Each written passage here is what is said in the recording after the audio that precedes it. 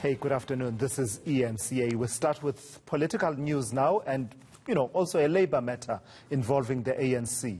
While the governing party's staff are planning lunchtime pickets around the country.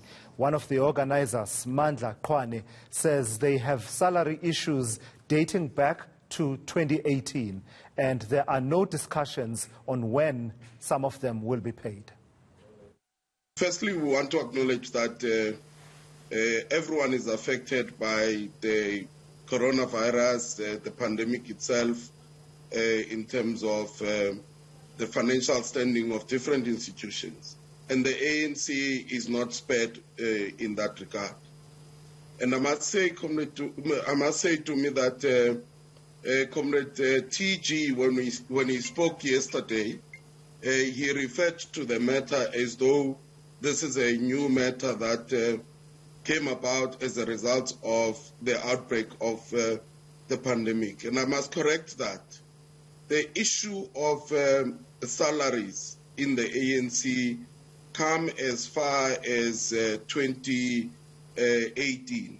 But it has been in a form of delays in the payments, the non-payment.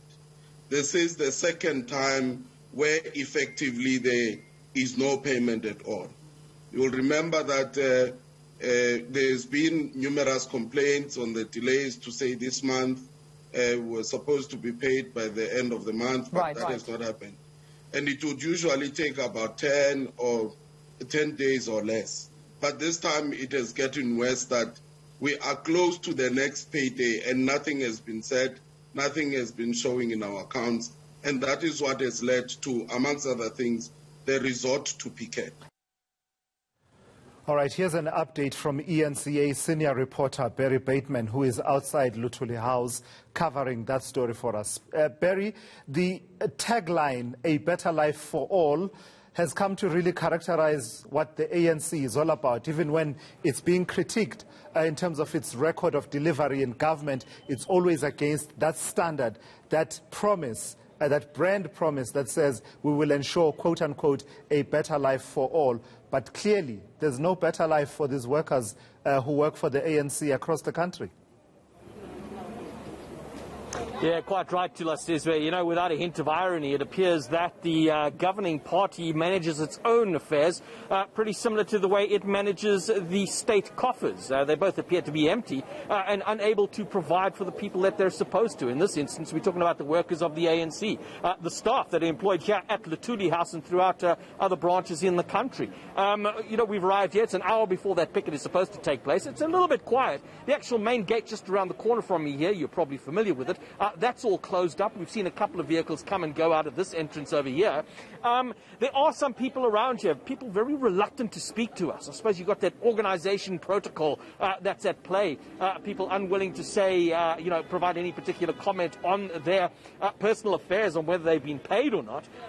But there's some other people here who are not here for the picket. I just want to make that point, if you can see them behind me, saying that they're here to raise some other matter with the leadership. But the underlying issue and the why the people are here, we understand there's going to be a memorandum that wants to be handed over. One of those is that they're demanding that May salaries be paid to employees within 48 hours. And that other issue, and perhaps more importantly, perhaps, is that it's emerged that since about November 2018, the party hasn't been paying its contribution towards the Provident Fund. There might be some legal implications there for the ANC. So much concern, and this would be a start, I suppose, in raising these particular issues. Look at it like this, Luthuli, where we are going into, this is an election year. Can the ANC afford to have its office workers down tools? Yeah, and it's not only at Luthuli House, as you say, Barry, across the provinces. I mean, I was seeing notifications of what the plans are in the various provincial offices for those members of staff to be picketing. What is the sense we are getting from what the ANC is saying? Is it a combination of COVID-19? I think I also heard two of the top 6 leaders recently talking about, contributions and donations seem to be drying up because anonymity has been taken away by the new Political Party Funding Act. Well, that's one of the reasons that they're providing to Lasizwe. Paul Mashatile, Treasurer General of the organisation, was interviewed yesterday, and the question was put into him quite bluntly, is the ANC broke? And he simply said, no, it's not the case. It relates just exactly what you said, that because of the anonymity issues related to that new act, that the donors are not as willing as they are to provide for the organisation.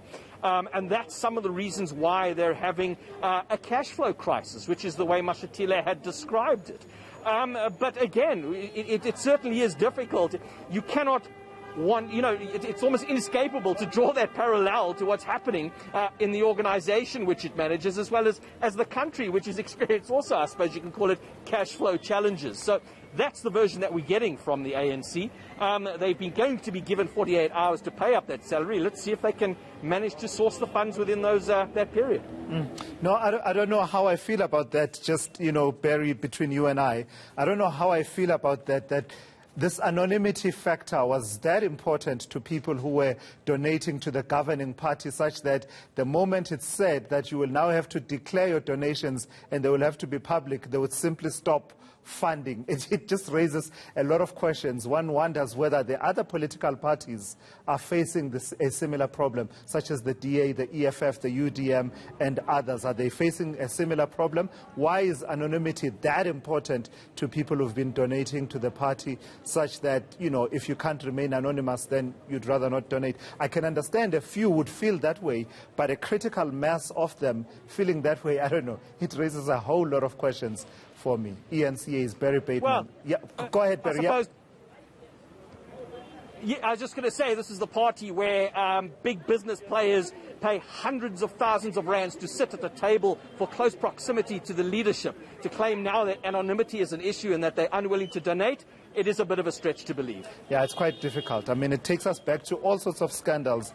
I was thinking recently around Imvume, that whole scandal around Sandi Majali's death and the condensate, that all had to do with political party funding, as well as the issues around Chancellor House, the contracts for Midupi and Gusile, etc., etc. It's a layered conversation.